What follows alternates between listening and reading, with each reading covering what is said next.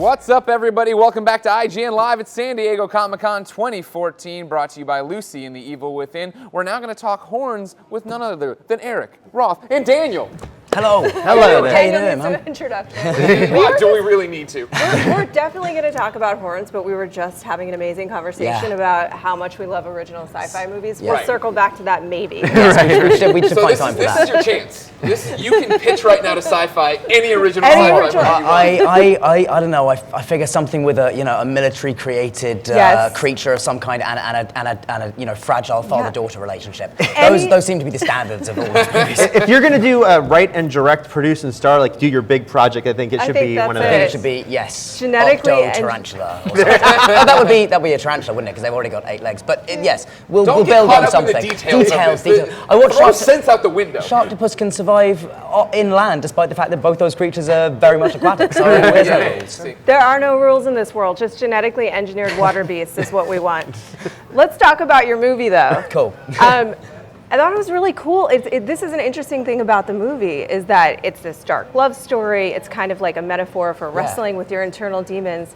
I find it hard to tell people what it's about, so you do that. It is a little hard to tell people what it's about. So you might find my description slightly simplistic, but basically it is about a guy, I play a guy called Ig, whose girlfriend, played by the wonderful Juno Temple, has been murdered. And the whole town thinks he's done it and has kind of ostracized him and painted him as this devil. And then he goes out on a night of sort of drunken debauchery and wakes up the next morning with devil horns sprouting from his head, and they emerge, fully formed over the next 3 days as he both tries to figure out who killed his girlfriend and why he is now turning into the devil. That's sort of how I would phrase it. That's really well done, okay, actually. thank you very much. I've seen it, and that's really well done. I've had the first person who asked me that today got a terrible answer, so I've refined it since then. So we win. You're working with the director, by the way, of Piranha 3D, and I do not say sarcastically that's awesome. It's an awesome movie. It is. People who haven't seen Piranha, I think it's a very easy film to judge on the trailer, and people don't actually know that it's incredibly self-aware. Oh yeah. Very, very funny. And I talked to Alex Azar about it, and he just says, I just wanted to make the bloodiest, sexiest, most ridiculous beast movie horror ever. Right. And he, I think, did that. I mean, the imaginative ways that he comes up with people dying in that movie is remarkable. I mean, particularly the propeller speedboat death is one of my favorites. It's in the top 5 or top 10. It's in the top 5, I think. But actually, I think there's a death of a character in our movie that definitely rivals it. There is. I was actually just going to say that. Yeah. There is. Let me ask you another question, speaking of that, and I won't give anything away with this, but man, are you afraid of snakes? No, I'm not. I actually had that 6-foot python wrapped around me for the last third of the movie and was very happy with it. It's pretty cool. Her name was Princess Leia. Was it really? Because she was carried around, her bag was a Star Wars pillowcase, so became her name. You're literally my favorite person. This is the place to have a snake named Princess Leia right now. Comic-Con, by the way. Oh yeah, no, I would love to. I should have brought it actually. I should have done my entire panel with it on. I could have done. They're really cool and docile, and as long as they've been fed. Well, so that one was real, but how many of the other? There was a lot of snakes. We did one scene with 100 live snakes. Yeah, I mean we got real snakes, and there was actually one real snake that, because when snakes, they're not actually cold-blooded, they're a thing called poikilothermic, which means they can't regulate their body temperature. So how cold it is, they'll be that cold, and when they get cold, they go really still. So there was one snake we had to replace with visual effects in the film because the real snake looked fake because it had gone sort of fake and was bouncing up and down like it was rubber. But yeah, it was great, man. It's like the ultimate prop you can possibly have. And also she would do amazing things. She'd wrap around the horns and start doing amazing things on camera that you're just like, this snake's an actor. Are you gonna get a snake? Snake has a 6-picture deal. I don't think I'm gonna get a snake because I don't think I'm all right to have a snake as long as it's being placed on and taken out. I don't think I could maintain a snake. Yeah. Okay. All the work that goes with that. Keep it in mice or whatever they have to. Yeah.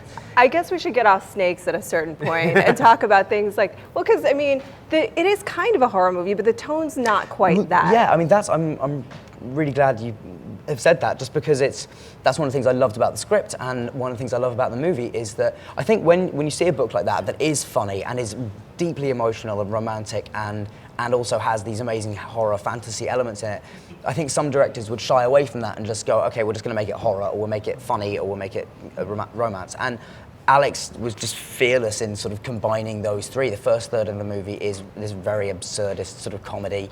The middle part turns into this love story and revenge thriller, and the end turns into sort of all-out snake war and horror. But it's Snake War. Snake War. That was the alternative title. But no, I'm really pleased with how it's turned out. It's a crazy movie. It's one of those films that I feel like people will either walk out of going, or that is my new favorite movie. Yeah. Like it's and there's a line in a song. I'd rather be 9 people's favorite thing than 100 people's 9th favorite thing, and I think this movie is going to be a lot of people's favorite new movie.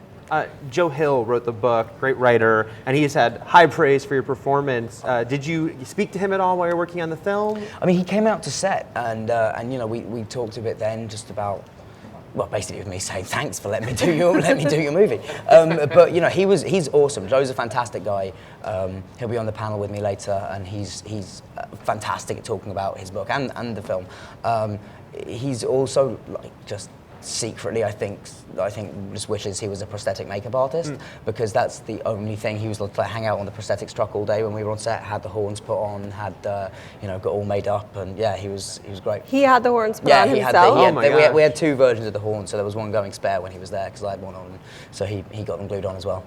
What was that process? I mean, was that a painful process for you or challenging? Or? No, I mean, the Mike Fields and Mike McCarthy who did my makeup, I think definitely Mike McCarthy's here working on somebody, but they are, they're artists, and they're not only are they amazingly quick, and they, I don't know how they did what they did in the time they had, but they, it's just beautiful what they did and amazing. And so the horns actually only took about 20 minutes to put on every day.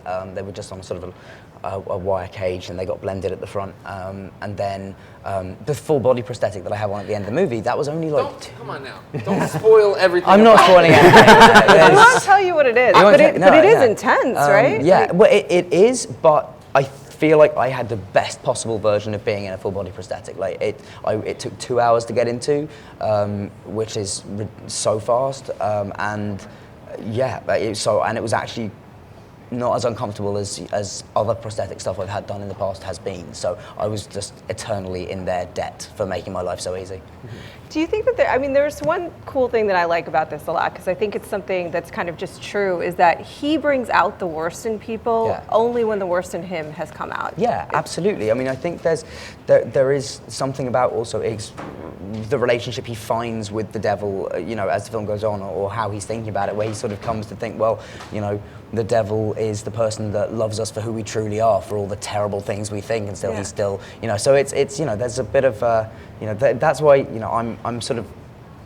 I'm weirdly obsessed with it, like the idea of the devil in pop culture and like literature and stuff, like everything from the book The Master and Margarita, where he's like a central figure, and things like from like Sympathy for the Devil, like he's a very charismatic character. There's a reason Paradise Lost was so much fun and Paradise Regained was so dull, it's so yeah, I'm kind of like, it was when I knew I was getting a chance to play him, play a devil type character, I was like, I might not ever get that opportunity again. That's very exciting. You got to jump on that. Yeah.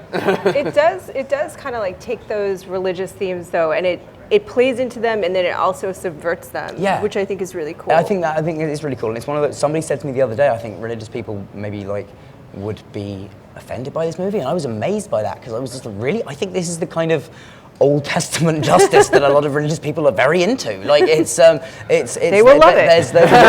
This is what they've been waiting for. This is the film. Yeah, they're gonna love it. Go see Horns, you guys. If you like an eye for an eye, everyone. Yeah, really.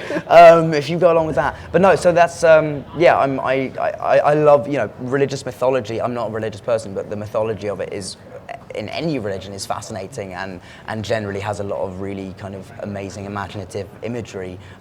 So yeah, we let ourselves we indulge in a lot of it in the film. I'm really curious, this is your first time at Comic-Con, never got to come here for the Potter film, so what's your experience been like? What do you think of all this going on here? It's great. I mean, so far I've just kind of been going from interview to interview, but I'm definitely going to try and get down on the floor later. Oh, you need a costume, point. You need to cover yourself. I know, don't worry, I'm set. So yeah, I'll be getting out there later, and Yeah, I'm excited for it. I've already had my photo taken with little zombie girl and Princess Leia, so I'm gonna try and find as many more of them. Are you gonna with cosplayers? Yeah. That's awesome. Are you gonna cosplay yourself? This is what happens sometimes. Will you cosplay yourself as some crazy thing and then later let us know, like release in the public what it was? Probably. Real quick, we have a question. I'm going to tell you, obviously. We have a question for Facebook. Remember, everybody, go to our Facebook page, like it. Mike says, "Did you read the new J.K. Rowling short story?" Not yet, but I'm. What is your problem? Fake fan. I'm sorry, but no, I'm not like. This is maybe another terrible thing to admit to, but like I'm not. I think at first you have to register on Pottermore, and I'm not.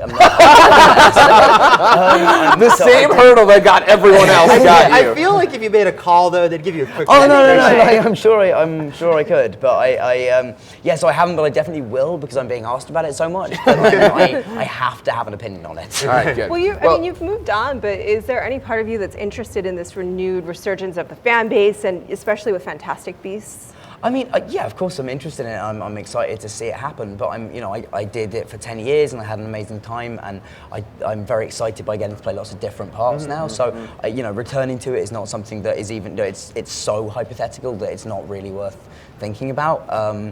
But it's also awesome that there is still a hunger for that world. So it's fantastic that more is going to be produced. And I think if J.K. Rowling is overseeing it, and she is, I think she's writing it. It's in the best possible hands. Is it nice for you to kind of get to step back and be a fan again? It is. Like, it's really nice to, and it's also nice to. Well, in a way, it's nice, but in a way, it's sometimes like not frustrating. But I feel like I let people down when I don't know information about these new films. Like, people are asking me about it, expecting me to be kind of constantly in the loop, and they call you every day, right? Yeah. What's happening with it? How's pre-production going? Daniel, it's been a pleasure having you. Thank you so much for your time. Thank you. Everybody, when's Horns come out? Halloween. There you go. That's a good date for this movie. All right, I like what you're up against. Ladies and gentlemen, I like you too. Don't go anywhere. There's so much more coming from IGN. It's San Diego Comic-Con Live.